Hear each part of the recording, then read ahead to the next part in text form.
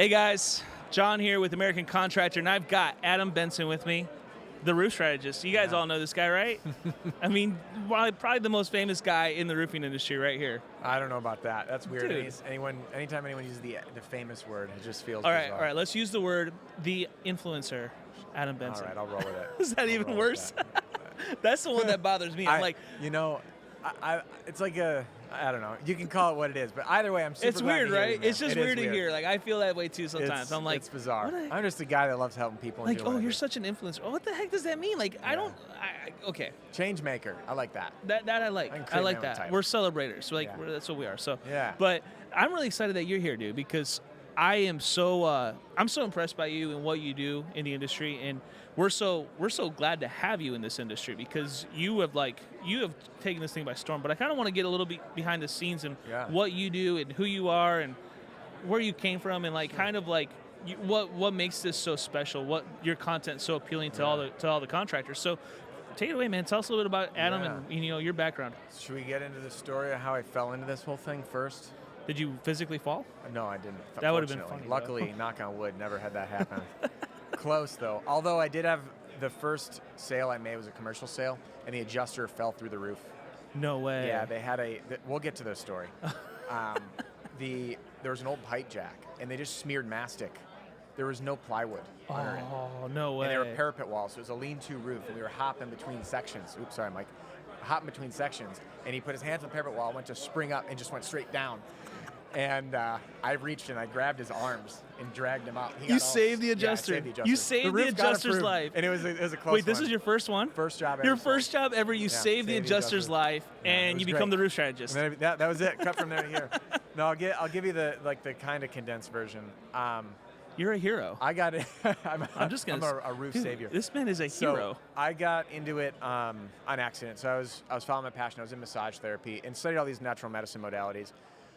Think of it like you've never sold a roof before and you decide to start a roofing company in Dallas. Okay, so that's like the kind of competition I faced as this new natural medicine person in Albuquerque where I was living.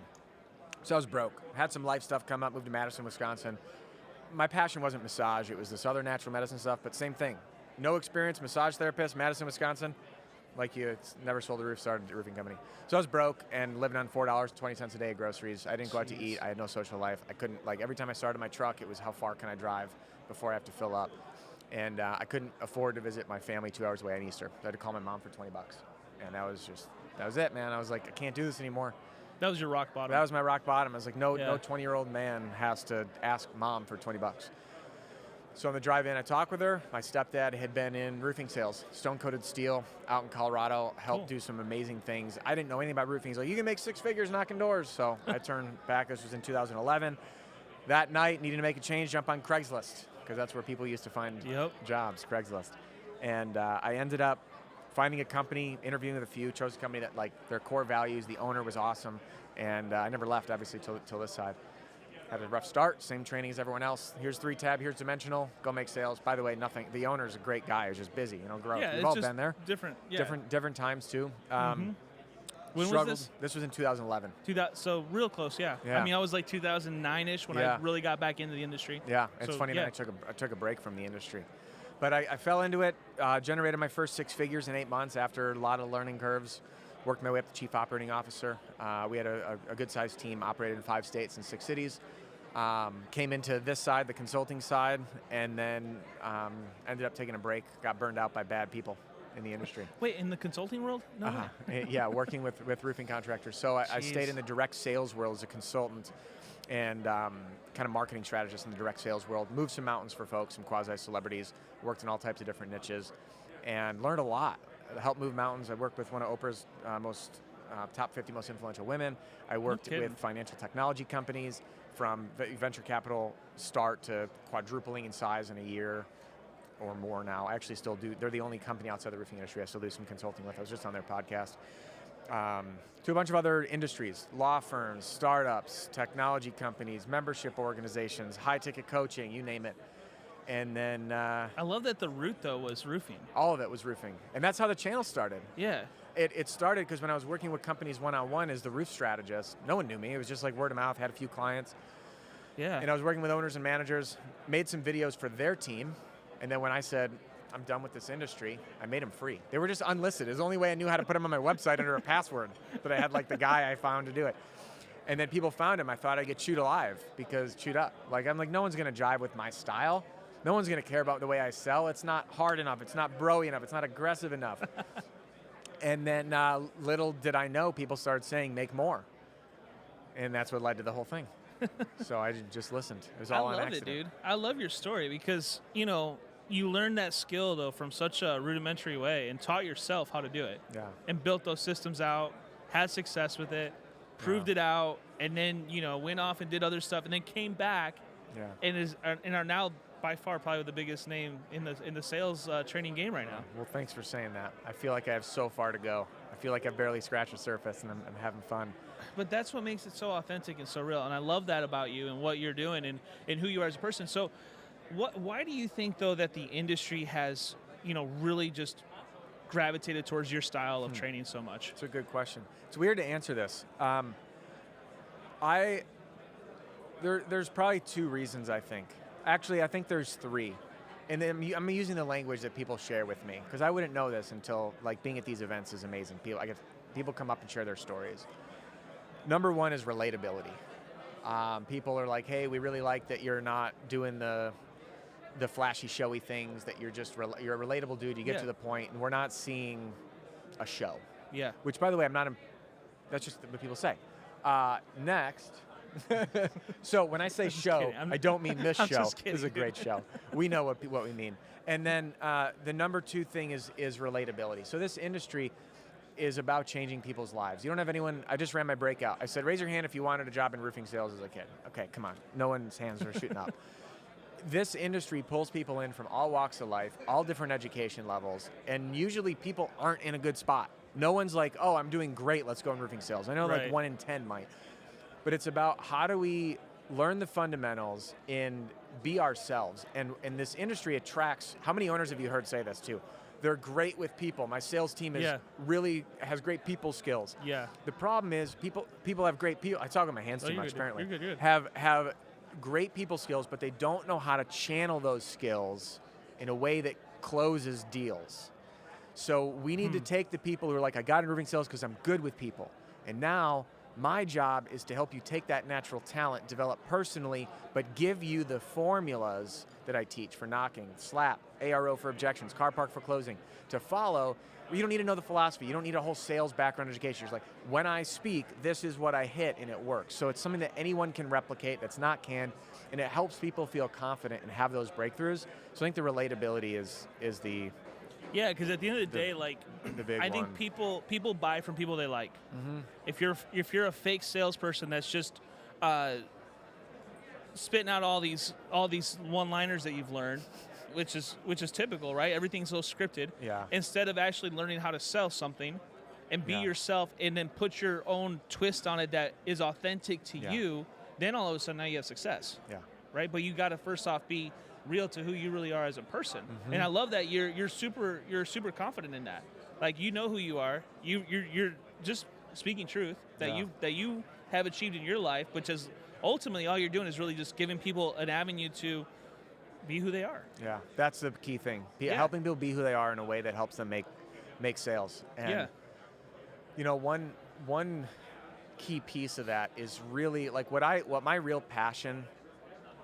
My passion in what I do to break down these formulas and these systems is to understand, like, think of it like distilling. This is what we're saying. How many times have you had a sales rep be like, customer canceled or this happened and I explained it all right? And like in their head, they did the things. Right. But there's a difference between what you're saying versus what you think you're saying and then what's landing, right? The thing that excites me the most about this is distilling what people think they're saying and how it's actually being heard and understood by the customer. Because the person has a certain perception of what they're saying, and they think it sounds a certain way, but it really doesn't. It doesn't, and they're missing the mark at times. And it's not anyone's fault. It just happens in experience, right? So I love distilling that and just kind of helping people bypass that whole process. What's the quick fix of that? Quick fix is starting to understand. The quick fix there isn't a quick fix.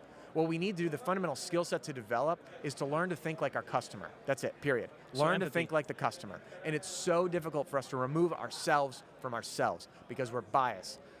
I love what Marcus Sheridan said in the VIP breakout earlier, or yesterday, the workshop. We have to remove ourselves and be unbiased. And he's talking about it from a different angle, but it's the same thing. When we're unbiased and we're like, how would it feel to receive this information? What would I need if I knew nothing?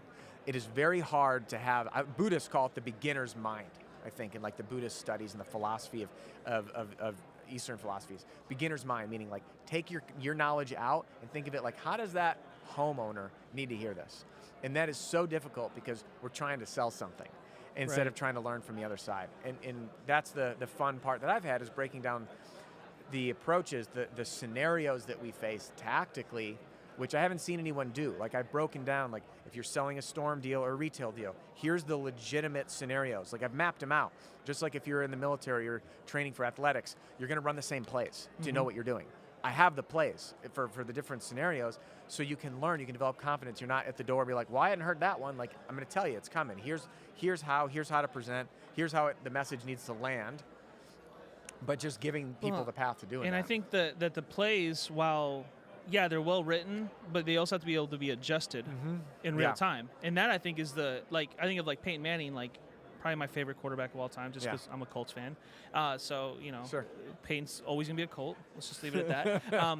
But that man could read a defense, make a play on call, and change and adjust accordingly right then and there on the spot. And that's why he won Super Bowls and is probably one of the best quarterbacks in the world or ever. And so, like, same thing I think with good sales reps. If a good sales rep still runs the same play, but they have to be able to change and adjust based on on what the customer is feeding them back. Yes. So it's really about learning to listen and have that empathy. Absolutely. Empathy, learning to listen, and understanding that things don't go off a script. Right. They never have, and they never will.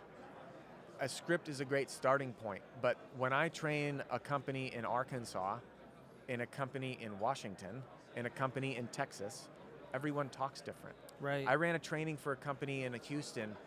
Almost every single person there was a Spanish speaker, most of which was English as a second language. I have to create formulas. I don't speak Spanish well. Okay, I try. Estudio español para 4 años, pero no recuerdo mucho. Yo también. Yeah. So my point is, we need to create a way. This is the analogy that I use when I talk with people about, like, what people say, well, what makes you different? And the main thing is the formulaic approach. If I have you ever watched like I geek out in cooking. Have you ever watched like cooking shows? Like, here's your challenge to cook with these ingredients. You know what I'm talking about? No. You've never watched them? But do you know fundamentally? Okay. I've seen some. I'm sorry. No, I'm kidding. So if there's a cooking challenge, and I'm like, here, I'm going to have 5 chefs, 10 chefs. I'm going to give you 5 ingredients. Okay. Steak, butter, potatoes, salt, pepper. How many dishes can you make from that? A lot. One's going to do reverse seared steak. One's going to do grilled steak. One's bone in. Okay. Okay. It's all about how you prepare the steak. Correct. Yeah. Potatoes. We got mashed potatoes, twice baked, steak fries, you name it. All with simple ingredients. But then what happens is when you see these cooking challenges, the chef plates him or herself, and they set it down with confidence, and they describe the dish, and this is who I am. This resembles a part of me and my creativity and my personality, and you're going to love it. And they can all be delicious using the same things. How can they do that? Because they know how the ingredients work together, and they know the cooking fundamentals. When we teach people how to slap, pitch at the door, how to ARO, overcome objections, because there's going to be ones that come up that you don't know. And frankly, the words that are said in objection have zero to do with what they actually mean, which is a whole separate discussion. And then same thing with closing. You know, people focus on just the close. No, it's every single step leading up to that that's important. So the way that I do it is the same thing as like teaching a chef how these go together, so that rep who's good with people can learn to be confident, can learn to pitch, to learn to bring themselves, but to do it in a format that makes sense. That they say, hey, I can be me, I can be confident, as opposed to, I can't even tell you how many sales reps reach out to me privately. My pitch sucks, my pitch doesn't work, my pitch makes me feel, and I don't know why this language comes up all the time, but it does, a sleazy used car salesman, which, by the way, no offense to anyone who came from used car sales, their language, not mine. The goods. The goods. Yep. So that's why I love helping people feel empowered. Yeah. To be able to channel that passion, the drive, and the communication skills in a way that I love can be replicated. Dude, I love what you're doing. I appreciate it. I want to ask you one last question. It's a two-parter, okay? Sure. But I think it may throw you off a little bit. But I want you to tell us what is the most, let's just say your favorite question that people have asked you. My favorite question? Your favorite question that anyone's asked you, okay? Huh. And then I also want you to let people know. I want to know what your favorite or what you think would be the most valuable episode in your YouTube channel that you think that if you were only allowed to watch one episode in your sales rep, man. which episode should they watch? Non-negotiable. Oh, and we're going to link to that episode in this thing. I love it. That was a good question. So my favorite question that people ask me is why I do it. Why I do what I do. And the reason for that is that's what excites me the most. Yeah. And my reason, there's two. So I'm very clear about what I'm doing. I have my just cause, and then I have my why. My just cause is to help every sales rep in the industry smash their income goal while giving every customer an amazing experience. And that was the missing link I missed before. So all my earlier videos, like, I'm here to help you smash your income goal. And I realized that the only way that was actually coming to life in a positive way was if the customer was made whole, when the customer had good service, when the customer loved working with you. When the customer didn't feel manipulated. Exactly, and when the customer thanked you. So to me, that's my just cause. But my real why behind it has nothing to do with roofing. My why is to help sales reps feel supported, to experience a big win or breakthrough, and then to believe in themselves. Yeah. With those three dominoes, life, I don't care if they have a short stint for 2 months in roofing sales. If I accomplish that mission, life touched, I'm happy. Awesome, dude. I love it. Yeah, thanks for asking that. That was a good one. Yeah. I haven't been asked that before. The video to watch. Oh, gosh. You only watch one. Only and this watch is the one video that's going to give you the most impact on your sales career or whatever it is. I'm going to give you a tricky answer. All right. My tricky answer is to watch part 1 of my 3-part series, The Roofing Sales Success Formula. The Roofing Sales Success Formula, part 1 of the 3-part series. Yeah. Link is in the description. Watch that video. That's the one. And that's the one that should, that'll at least get you started on the right direction. It'll get you started in the right direction because it'll help you get grounded in your why. And what I believe is roofing sales is personal development in disguise. Yeah, it is. My breakout has been about how you can make more money by changing what you say. What other business can you do that? So personal development. If you were a clerk, you're not going to be like, oh, you communicated so well. Here's a $10,000 bonus. Yeah. You learned how to say this better that day. Here's a $20,000 bonus. Right. No. But what we can do is change what we say by improving ourselves personally, by learning how to communicate better, by learning how to be more confident, by learning how to engage in discomfort. That roofing sales is personal development in disguise, and we gamify it by developing ourselves and rising to the occasion and facing these. The byproduct is more sales, happier customers, which does earning more money, which is what we want to do. But that stops being a motivator. The personal development never stops. And that's why I link to that one, is because that's all about finding that why and what I call the B of the roofing sales success formula, becoming the person capable of this change. This thing's fire. This guy is amazing. I love everything he's doing for the industry. I love your mindset is, everything else. I hope we can do some more content together at some point. But dude, just being around you, I feel much smarter now and much more informed about so many things. And I'm so thankful, dude, that you're a part of this industry. John, thanks for having me here, man. Thank you, really bro. We're blessed to have you. And everyone watching this, you guys follow this dude. Go to his YouTube page, Facebook, like him, do everything you guys got to do because his content is valuable. Podcast all over the place. Follow that podcast. Subscribe to it. It will make you a lot of money and change your mindset. I mean, heck, we talked to Justin yesterday. I mean, that dude's like jacked, and he listens to you every day while he's working out. And now he's like a bodybuilder. He's a monster. He was a strong man, and it's because he listens to Adam Benson. Awesome. Thank you. I love this guy. Thank you so much, Adam. John, thanks for having me on. I really appreciate it. Anytime, brother. Open mic anytime you want to come over here. So see you guys. Dude, that was great. Yes.